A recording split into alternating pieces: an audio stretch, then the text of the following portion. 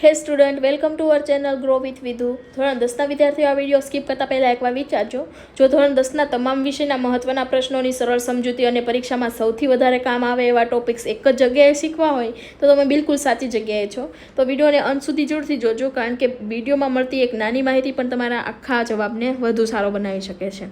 તો ચાલો આપણે જોઈએ. આજે આપણે ધોરણ 10ના વિજ્ઞાનમાં ચેપ્ટર નંબર 2માં પાર્ટ 3 જોઈશું.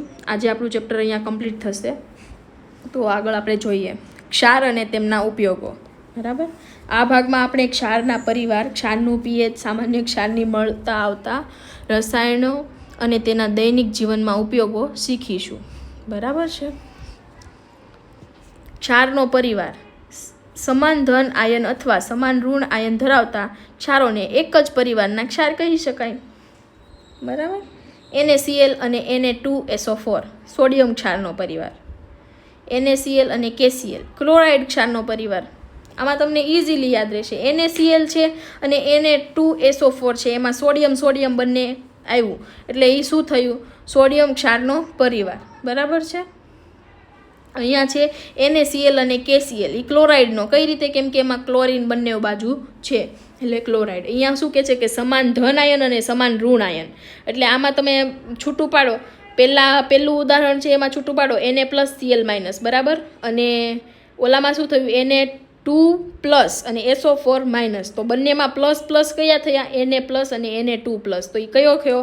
સોડિયમનો પરિવાર. અને Na+Cl- અને K+Cl-. તો બંને Cl- થયા તો ક્લોરાઇડ ક્ષારનો પરિવાર થયો. બરાબર. ક્ષારના પરિવારની ઓળખ આયનના આધારે થાય છે. બરાબર, સમજ પડી? આયનના આધારે કઈ રીતે? કેમ કે બંનેના માઇનસ આયન હોય કે પ્લસ આયન હોય એના લીધે, ઋણ અથવા ધન આયન હોય એના લીધે આપણે એનો ક્ષારનો પરિચય કરીએ, પરિવારને ઓળખી શકીએ. ક્ષારનું પીએચ. ક્ષારનું દ્રાવણ એસિડિક, બેઝિક અથવા તટસ્થ હોઈ શકે છે. બરાબર છે.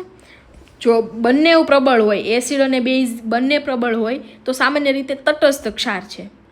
પણ પ્રબળ એસિડ હોય તો એસિડિક ક્ષાર થયો, અને પ્રબળ બેઝ હોય તો બેઝિક ક્ષાર થયો. બરાબર. હવે માની લ્યો કે ઘરમાં તમે બે વ્યક્તિ છો, બે ભાઈ બહેન છો, પણ ભાઈ મોટો છે તો કોનું ચાલવાનું છે? ભાઈનું. અને બેન મોટી હોય તો બેનનું ચાલે. તો અહીંયા શું છે?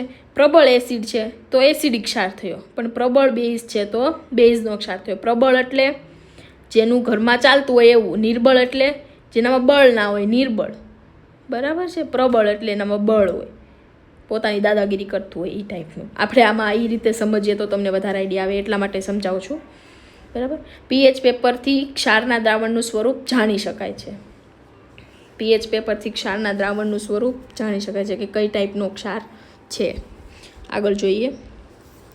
સામાન્ય ક્ષારમાંથી મળતા રસાયણ. સામાન્ય ક્ષાર છે NaCl. તેમાંથી ઉદ્યોગમાં અનેક મહત્વપૂર્ણ રસાયણો બનાવવામાં આવે છે. દરિયાના પાણીમાં સોડિયમ ક્લોરાઇડ મેળવવામાં આવે છે. આ પ્રક્રિયાને મીઠું અને અન્ય અશુદ્ધિઓનું વિભાજન થાય છે. બરાબર છે. દરિયાના પાણીમાંથી સોડિયમ ક્લોરાઇડ તો આપણે મેળવીએ છીએ, પણ એ પ્રક્રિયામાં મીઠું અને અન્ય અશુદ્ધિઓનું વિભાજન કરીને મીઠું એક અલગ કરવામાં આવે છે. સોડિયમ ક્લોરાઇડ અને દૈનિક ઉપયોગી પદાર્થોનું કાચું માલ છે. બરાબર છે. સોડિયમ ક્લોરાઇડ છે ને એ દૈનિક પદાર્થો હોય એમાં મોસ્ટલી એનો ઉપયોગ થતો હોય, એટલે એને એવું કીધું છે કે કાચું માલ છે. ક્લોર આલ્કલી પ્રક્રિયા. સોડિયમ ક્લોરાઇડનું જલીય દ્રાવણનું વિદ્યુત વિભાજન કરતાં સોડિયમ હાઇડ્રોક્સાઇડ અને ક્લોરીન. સોડિયમ હાઇડ્રોક્સાઇડ, ક્લોરીન અને હાઇડ્રોજન જે મળે છે. બરાબર. અહીંયા નીચે એનું આખું આપ્યું છે કે 2NaCl, એમાં 2 પાણીના અણુ, 2NaOH, સોડિયમ હાઇડ્રોક્સાઇડ, ક્લોરીન અને હાઇડ્રોજન, ત્રણેય વસ્તુ બતાવી છે. એનોડ પર Cl2, કેથોડ પર H2 અને દ્રાવણમાં NaOH છે. બરાબર છે. આ પ્રક્રિયાને ક્લોર આલ્કલી પ્રક્રિયા કહે છે. એટલે અહીંયા એવું છે કે એનોડ અને કેથોડ બે બાજુ છે. તો એક બાજુ Cl2 છે, એક બાજુ H2 છે. તો એ કઈ રીતે તમે નક્કી કરો કે એનોડ કેથોડ? તો એમાં એનોડ અને કેથોડમાં ઋણ આયન અને ધન આયન હોય, એ રીતે આપણે નક્કી કરવાનું હોય. બરાબર છે. Cl- H2+, એટલે દ્રાવણમાં NaOH છે. બરાબર છે. આ પ્રક્રિયાને ક્લોરઆલ્કલી પ્રક્રિયા કહે છે.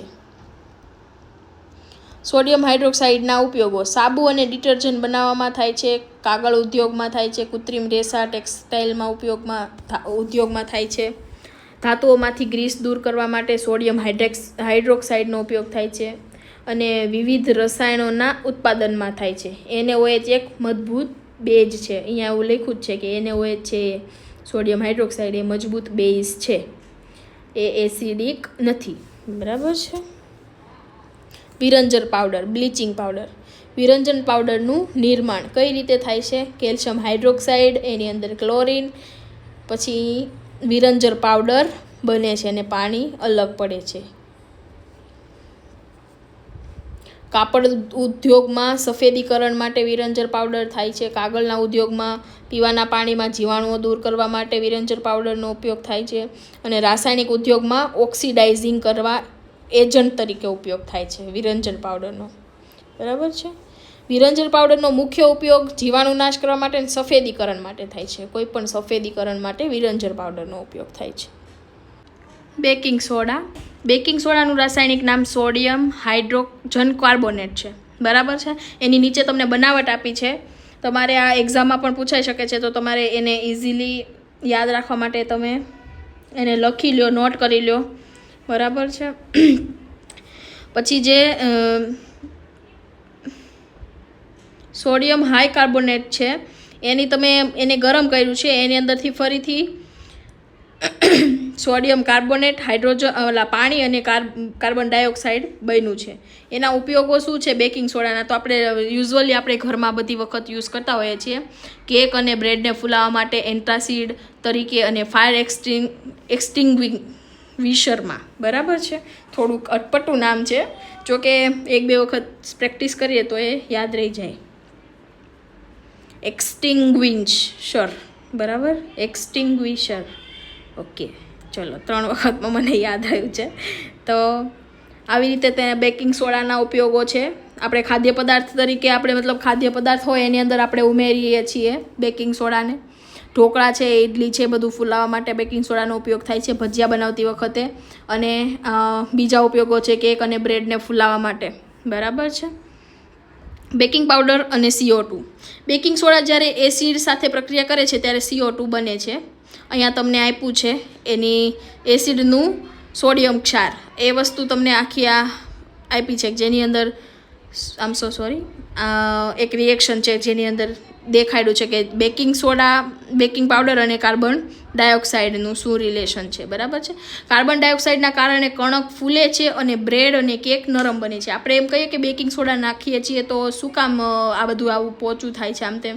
આપણે ઘણી વખત જોઈએ કે વિધાઉટ બેકિંગ સોડા છે એ ના નાખ્યો હોય કે જેના લીધેથી આપણને ઢોકળા છે કે કઈ વસ્તુ હોય એ ફૂલે નહીં અને કડક રહે. પણ જ્યારે આપણે આ બધું એડ કર્યું હોય ત્યારે ફૂલે છે, વચ્ચે જગ્યાઓ રહે છે અને પોચું બને છે, નરમ બને છે. તો એવું કહે છે કે બેકિંગ સોડા એક મંદ બેઝ છે. બરાબર છે. ધોવાનો soda, washing soda. Baking soda એ આપણે બેકિંગ કરવા માટે કોઈ પણ કૂક કરવામાં આપણે યુઝ કરીએ છીએ. વોશિંગ સોડા છે તે આપણે સોપ માટે ઉપયોગ કરીએ છીએ. બરાબર. સોપ લાઈક આપણે જે સાબુ છે કે કોઈ સાબુ તરીકે ઉપયોગ કરીએ છીએ એનો. બરાબર છે. કોઈ પાણી છે કે જેને મૃદુકરણ માટે ઉપયોગ કરીએ છીએ તો એ જોઈએ. ધોવાનો સોડા છે, ધોવાનો સોડા જે સોડિયમ કાર્બોનેટના સ્ફટિકરણથી ધોવાનો સોડા મળે છે. આમ સોરી, અહીંયા 2 જગ્યાએ થોડીક જોડણીમાં મિસ્ટેક છે. સોડા પણ સોડિયમ કાર્બોનેટ છે એની અંદર પાણી ઉમેરીએ છીએ અને સોડિયમ કાર્બોનેટ અને પાણી બંનેનું ભેગું અહીંયા જે છે એ જ રિએક્શન એવી જ રીતની છે પણ બંને ભેગું થાય છે, પાણી અને સોડિયમ કાર્બોનેટ. બરાબર છે. એના ઉપયોગો છે કાચ, સાબુ, કાગળના ઉદ્યોગોમાં ધોવાનો સોડા વપરાય છે. કઠણ પાણીને મૃદુકરણ માટે વપરાય છે. ઘરગથ્થુ સફાઈ માટે પણ આપણે ધોવાનો સોડા યુઝ કરતા હોઈએ છીએ. અને અન્ય સોડિયમ સંયોજન બનાવવા માટે પણ આપણે ધોવાનો સોડા યુઝ કરતા હોઈએ છીએ. અહીંયા તમારે આ જે છે એ તમારે મેઇન IMP છે તમારા ક્વેશ્ચન એક્ઝામને લગતું છે આ બધું. તો એક વખત આપણે જોઈ લઈએ. સોડિયમ ક્લોરાઇડ છે, પાણી સાથે પ્રક્રિયા છે અને આખું પહેલી રિએક્શન છે એ શેના માટે છે, તમને કોઈ યાદ આવે તો કમેન્ટ કરજો. પહેલી રિએક્શન છે એ પાછળમાં આપણે ભણી ગયા છીએ, પાછળના મેં જેટલા તમને સ્લાઇડ લીધી ને એની અંદર તમને આ પહેલી રિએક્શન ખબર હોવી જોઈએ કે મેં કઈ જગ્યાએ તમને ઉપયોગ લીધો એનો મતલબ, બરાબર. પછી કેલ્શિયમ હાઇડ્રોક્સાઇડવાળી રિએક્શન છે એ, અને આ 4 રિએક્શનો છે ને મતલબ ઇન શોર્ટ એ તમે એક વખત જોયા વગર જો તમને આવડી ગઈ ને કે આ કઈ રિએક્શન કોના માટે યુઝ થાય છે તો એ તમારા માટે બહુ સારી વાત છે. આ એક ટોપિક, આ જે એક્ઝામ છે એની અંદર તમે આ ઇઝીલી તમે કવર કરી શકો, બરાબર. આ છે બીજું છે સોડિયમ હાઇડ્રોક્સાઇડ, જે કોસ્ટિક સોડા છે, જે સોડિયમ હાઈ કાર્બોનેટ છે, જે બેકિંગ સોડા છે, બરાબર.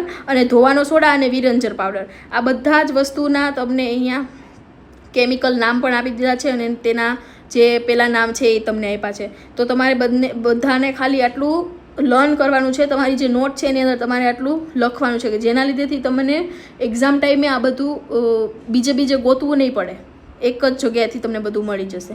ઓકે, તો આજે અહીંયા આપણું આ ચેપ્ટર કમ્પ્લીટ થાય છે. હવે નેક્સ્ટ પાર્ટમાં જોઈએ.